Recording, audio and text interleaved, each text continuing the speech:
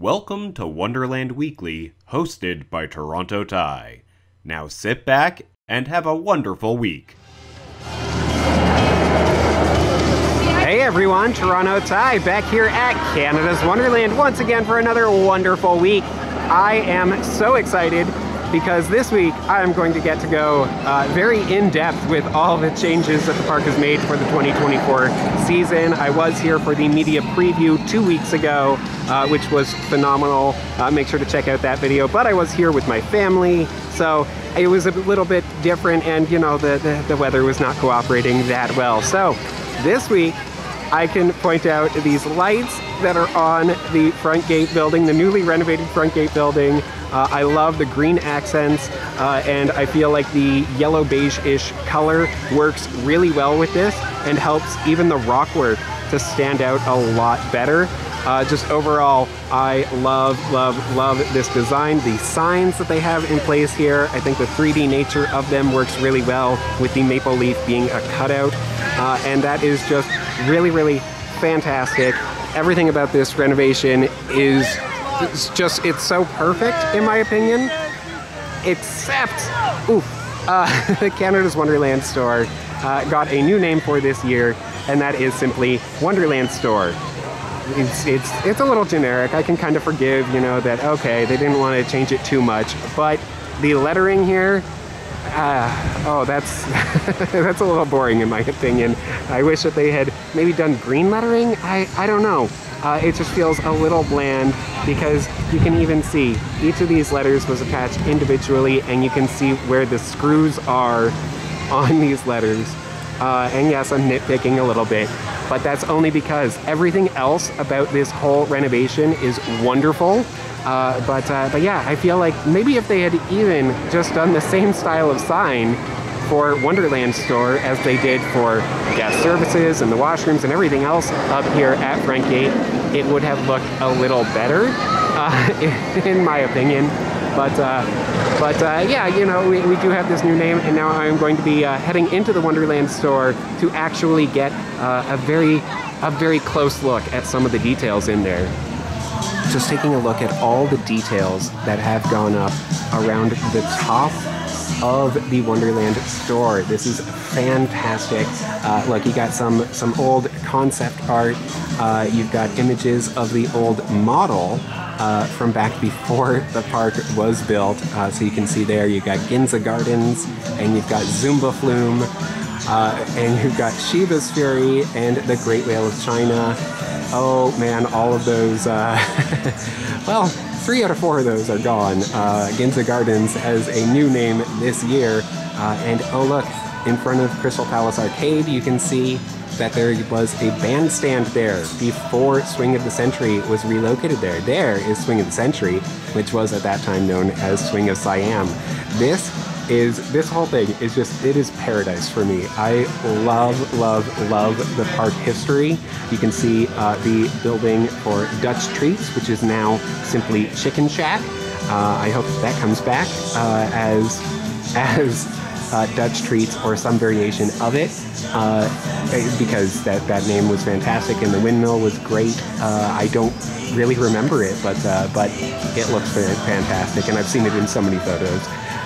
Oh my goodness, I am rambling, I am ranting. This is just, it is so wonderful seeing all of these details. I've barely scratched the surface here. I honestly encourage everyone to take a full look at all of these details. I am going to be mesmerized by this for a little while, and maybe, let me know, should I do a full video breaking down every single thing that is on here, every single piece of concept art and photography that is up here? Let me know. In this photo right here, you can see the original intention behind the Sea Scepter, which was a pirate ship in Arthur's Bay. Obviously, that changed over time to become, it was completely ripped out and replaced by as I like to call it, the Crow's Nest. Over here in the Peanuts themed section of Wonderland Store, you have a whole little segment here that is all branded with 2024, which is just amazing. I love this shirt. It's adorable. You got Snoopy here with a sweater, a little hoodie that says 2024. Awesome, awesome, awesome, awesome. And yeah, a 2024 pin and mugs, a bag. Oh, all of this is very, very tempting. Very, very tempting.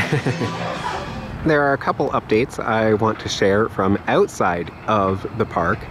So over here by Behemoth's final helixes, or helices if you prefer, there are pieces for the new, for 2024 slide, Moosehorn Falls. So that includes support columns, which look quite large. We've got staircases. Those are important for getting up to the platform, as well as white and sort of gray slide pieces for the upper section. So that is more of the river raft section, and then bright green pieces for the near vertical wall, which is super cool. And yes, there are people on site who are preparing this slide for our enjoyment. Very, very cool. I will not be going really any closer to the site of all of these pieces than this, but yeah, no, there is your little update on Moosehorn Falls, which is it will not be ready for Splashworks opening day, but it should be ready. It is anticipated to open in June of 2024. So yeah, not sure exactly what day, but I will of course be here to check it out once it does open. It is I think it's going to be a lot of fun and really great for families with a lower than I anticipated height requirement. So I believe the minimum is 42 inches. That is excellent for Splashworks.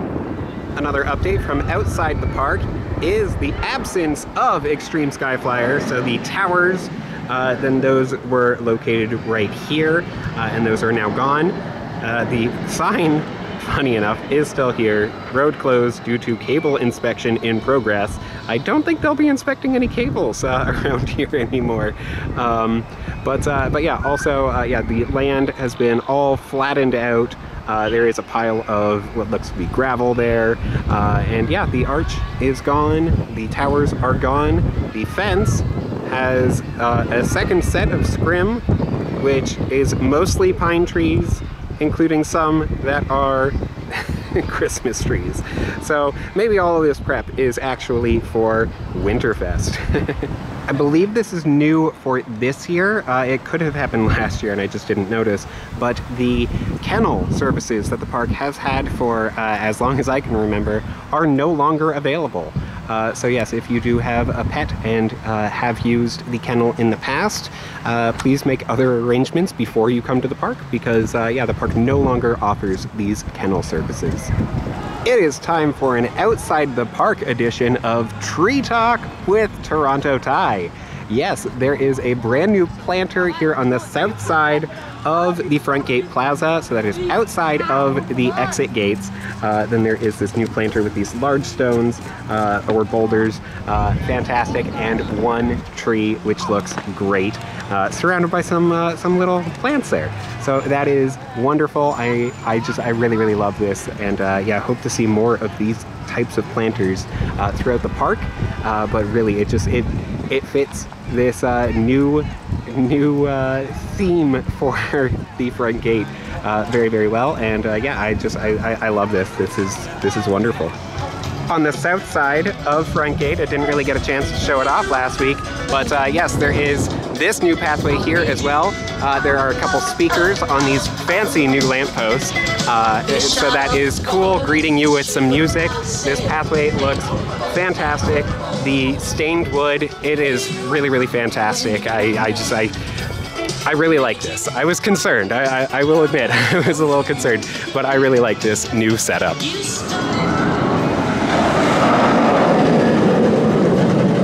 New shots of Leviathan. We were not able to get these shots before. This whole area under Leviathan has been fenced off since Leviathan first opened, I believe. So yeah, this is really cool. And yes, there are some trees that are here in the queue. They are small now and they are not budding, but once they are in full bloom and once they grow up a little bit, this is going to be just such a wonderful, wonderful way to enter the park. I really, really love this new setup. The entry process is definitely more thorough than I feel like the old one was, but that may just be depending on who you get as your bag checker. But yeah, no, overall, I think this new entry is so much better. And yeah, no, I think that it is so nice to be in this plaza and not have to worry as much about lines building up here. I really feel like the park could add, should they want, they could add some more planters with trees and such throughout this plaza here. Obviously, they had some bigger things to worry about, such as actually getting all of that setup finished in time. But maybe by the next off season, then the park will have added some additional trees. Also, yeah, just absolutely, I really like the color scheme of the front gate buildings. I feel like the yellow works really well with the new green accents, and the signs are very, very easy to read, and just very, very nice overall. The maple leaf there, wonderful. I love this. This is a huge improvement, and I am so happy that the park invested in this. Here on the south side of International Street, they have this screen, and it is rotating through a bunch of promotional things. That's really cool to see. I like that the park is using this screen, which was originally installed as part of WinterFest this past year. I forget exactly what its purpose was then, but yeah, no, really, really cool that they are using this as a little bit of promo in the park. It's subtle. The screen, honestly, it has very, very little glare, so that is excellent. Looking forward to Moosehorn Falls. And yeah, just overall, this is wonderful. I really, really like this. Last year, the park added Xtremely Refresh, which replaced International Street Refresh. International Street Refresh became a bar, but now it is back to being a Coca-Cola refill station. That is excellent. Very, very happy with this decision. The bar, nowhere to be found yet. So yeah, that is an interesting move, that it only lasted one season as a bar. The park is preparing for our future enjoyment, including over here at the former Backlot Cafe, which is now Grande World Eatery. Absolutely love this logo. It looks so good. It is so ornamental, which I think is perfect for World Expo, and it's got like these little forks that stick out on either side. It's just, the details here are fantastic. I think that is really, really great. I don't know that I love the paint scheme. I feel like it doesn't fit in with the look of the rest of Grande World Expo. That might just be because there's no verdigris, you know, that greenish blue sort of look that oxidized copper has. But you know, it looks nice. It looks fresh and new. Maybe too new for 1890, but I do like that it is Grande World Eatery, and we'll have to wait and see what the inside looks like, because it is not quite ready yet, but I am very much looking forward to when it does reopen. Interesting to note, Chicken Shack does not have the BeaverTails sign on it anymore, but it does have this A-frame outside indicating that it is selling BeaverTails. So that's kind of interesting, but I feel like the reason is they now have that BeaverTails location over in front of Minebuster, the former Miners Cafe. So does it make sense to have both of them? Probably not. But what happens when Miners Cafe isn't open? Well, they can still sell BeaverTails out of Chicken Shack. So I think that's why they have more of a temporary sign here. So only on days when BeaverTails are available at Chicken Shack will this sign be here. That's just a guess. We'll have to see how things go throughout the season. The plants have been trimmed back, which means you can see the Orbiter statue. I miss you, Orbiter. Love that the statue is still here. The structure which replaced the Coca-Cola Cool Zone / Coca-Cola Oasis, yeah, it is starting to look a lot more like a standard refresh location. At least it's standard in terms of the layout of it. Certainly not in terms of the style. The style looks Very, very nice, but I maintain maybe not the most appropriate for Action Zone. I know it's kind of on the edge, but it is outside of Frontier Canada. Still, hopefully this is a refresh center because I think that this is a perfect spot for one.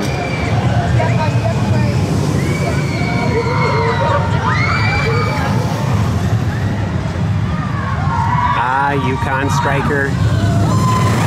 You beautiful beast. Absolutely love, love, love this ride. It is fantastic. And I maintain Tundra Twister, perfect pairing.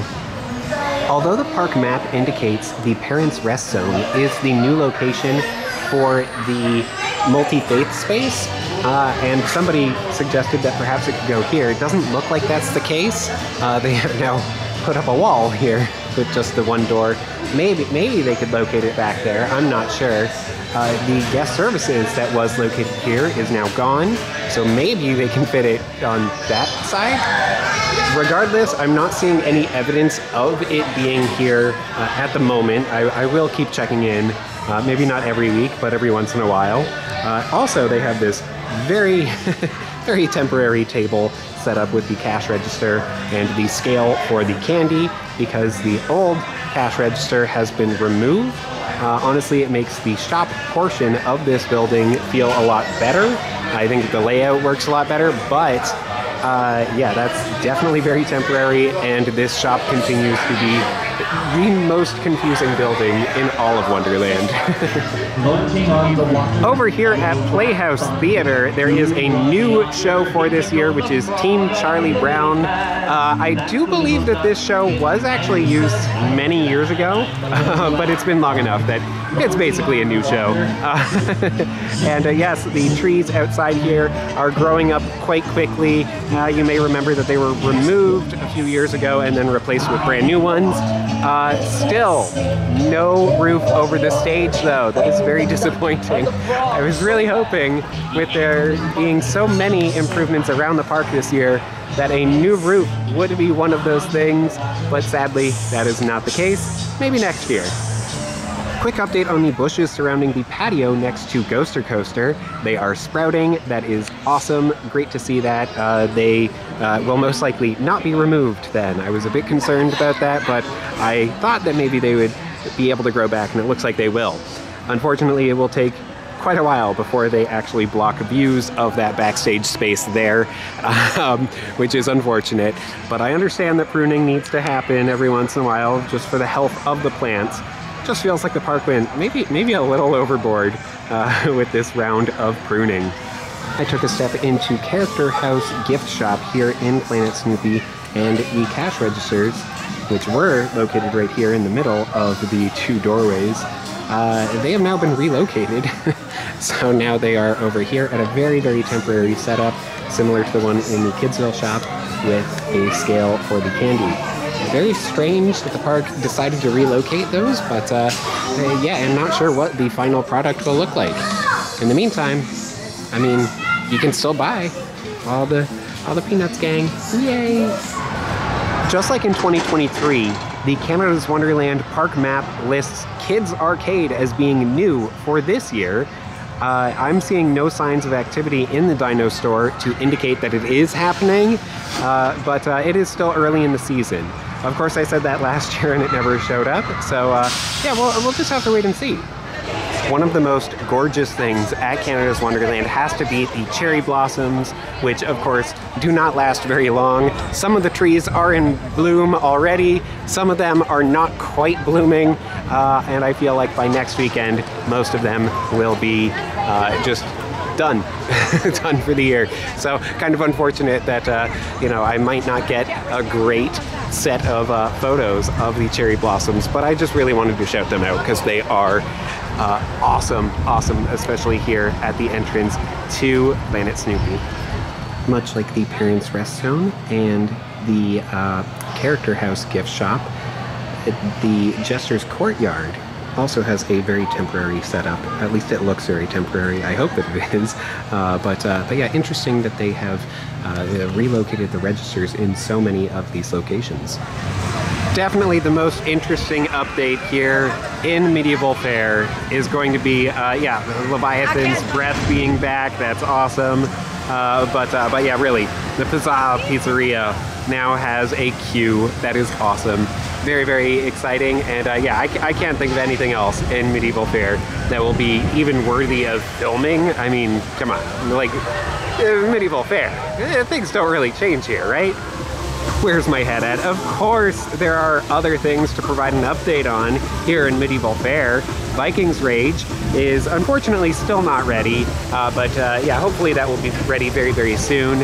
And also, you know, you got the Griffin's Crown VIP Lounge. It looks like a lot of progress has been made on that. Obviously still not ready yet, but I believe it is supposed to be ready sometime in May. So yeah, looking forward to seeing that. And hey, wait a second. Wait, what is happening? No, where is the crow's nest? Okay, maybe that's just my term for it, but the dive structure that was at the heart of Arthur's Bay, it is gone. It is completely gone. There was very, very little notice that it would be removed. In fact, the park was halfway through taking it out when they revealed that it would be removed. I don't like that. I wish I could have said my goodbyes, and clearly the park is giving its condolences. Right there, you got some flowers on the site of the former dive structure, the crow's nest. I remember. Okay, I know I'm playing this up a little bit, but I do remember when I was a kid watching a pirate-themed show take place on the crow's nest structure. Yes, I know that there was a pirate ship here, and it had a dive show when the park first opened. That's not what I'm talking about. It was the crow's nest, and it had a pirate show. And I remember there being a pirate that was chased all the way up to the top of the tower. I remember there being, you know, a whole storyline associated with it. I loved it. I have such fond, vivid memories of that show. But yeah, no, the crow's nest is now gone, and I know a lot of people are hoping that the original pirate ship dive structure will return. I don't know if that's going to happen, and to be quite honest, I am not a huge fan of that idea.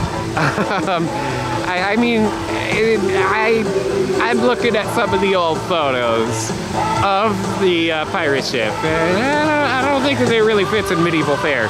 So we'll see what happens. Maybe a shipwreck. I don't know.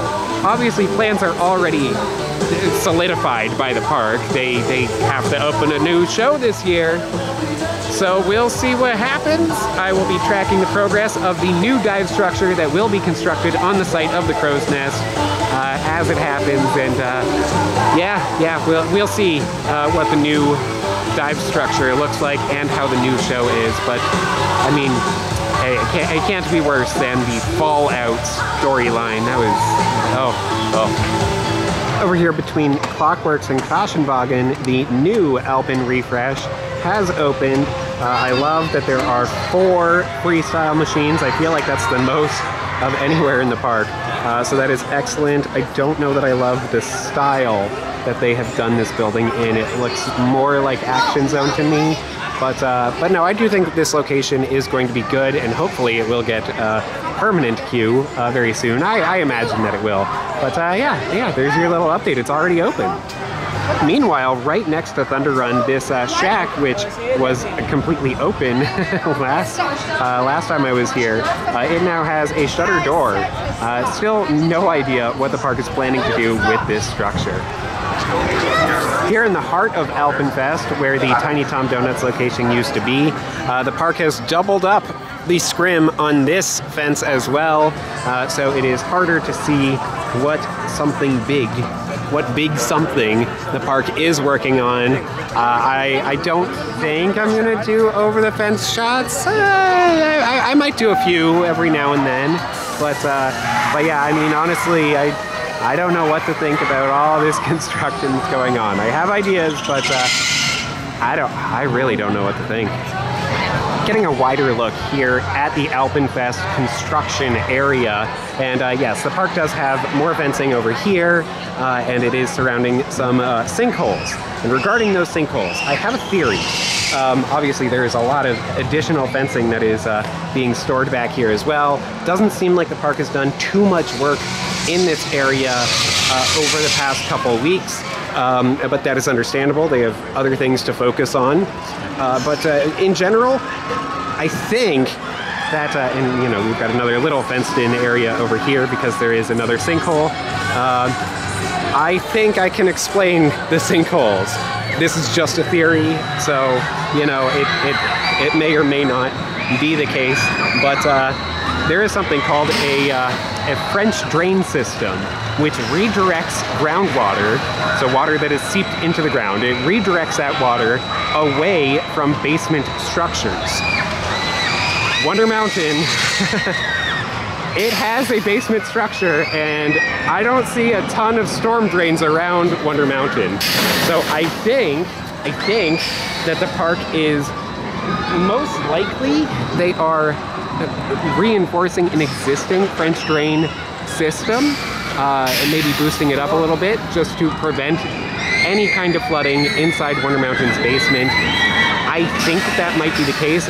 Either that or they are installing a brand new French drain system, but I feel like they must have had one in place. I mean, Wonder Mountain is, you know, on top of a hill because it's got a basement under here, and you can't have a bunch of water in the ground.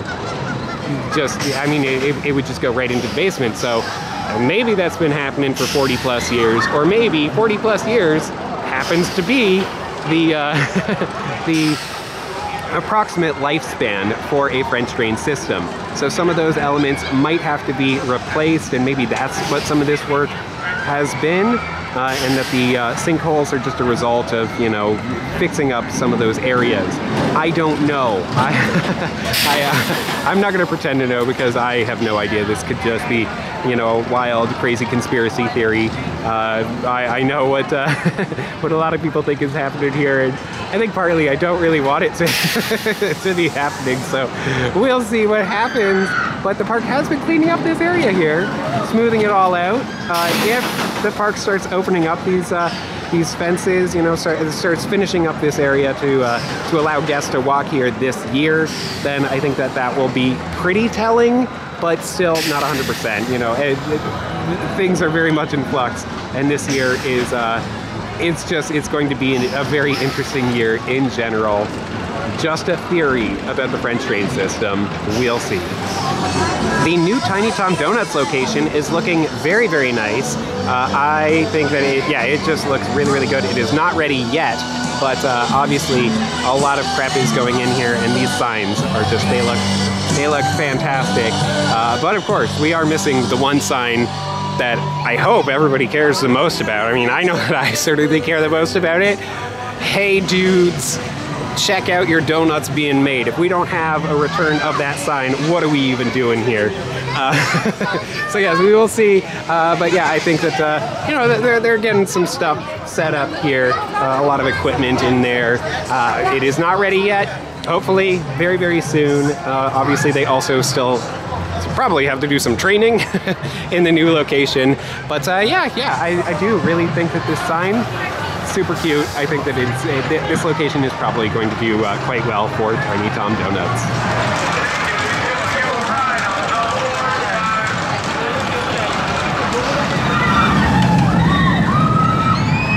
Okay, I know the French drain system is a bit of a wild theory, and I'm not saying that the park isn't building something inside Wonder Mountain. I just think that maybe they are trying to improve drainage around Wonder Mountain. And you can see that this, for example, it used to pretty much always have water flowing from it, and it is now dry, bone dry, which may mean that the water is being drained some other way. I don't know, maybe it's just been dry, except I feel like it has been rainy, so I don't know. It's just a theory, and yeah, this isn't the only little river outlet from Wonder Mountain that is bone dry, so we'll see what happens. Around Thunder Run's final turn, then yeah, Looking over the bridge, there is usually a little bit of a stream here, and there is not currently. Obviously it does flow into Arthur's Bay, so there's still a little bit of water up there, and maybe just some collection from the rain in the past few days right there. But yeah, no, it's looking pretty dry. I don't know, but yeah, it could have something to do with an improved French drain system. Right by Vortex's first drop, there are actually some orange markings, including on on one of Guardian's bolts for its support column, which seems kind of strange to me. But yeah, I'm not sure exactly what's happening here. I do feel like if the blast coaster concept does come to be in some way, shape, or form, I am encouraged by the fact that there are markings back here and not closer to the front of Wonder Mountain, because if it comes out the back, probably won't be as visible from the front of Wonder Mountain, and it won't, you know, spoil the amazing view that you get from the tip of International Street. Here we have another marking with some very clear numbers on it, and another marking over here. I saw yet a third marking somewhere in the bushes through here. Not that I stepped into the bushes, but yeah, very interesting things are happening. And yeah, I am encouraged by the fact that it is in this back corner and not, you know, over there like we once thought. Across from the mountain washrooms and Wonder Mountain's Guardian, there are several trees here. It's like 5 trees that are marked with orange ribbon, which likely means removal. I don't love that. There are also a couple stakes in the ground, which yeah, may indicate, with flags, that may indicate potential footings. I don't know, because that is right outside International Showplace. I don't know how anything is going to work here. This is very, very confusing and a little concerning. Getting another look at these 5 trees, which seem to be marked for removal, and yeah, right over here, along the path toward the entrance to International Showplace, there is another marking, 157B, which is very interesting because the one pin that is over in that planter over there, that is 157C. I don't know. I don't know what to make of anything, but I really hope that International Showplace is going to be okay. At the exit to Wonder Mountain's Guardian, it is unfortunately still closed. Has not yet opened for this season, I don't believe. And yeah, a little bit of spray paint on the ground there, but I am so incredibly happy to report that the lockers are gone. They are completely gone. The sign is gone. The lockers themselves are gone. The structure is still here, but hey, maybe they can take it out and replace it with some trees, which is what was here before. We'll have to wait and see, but this is very, very exciting.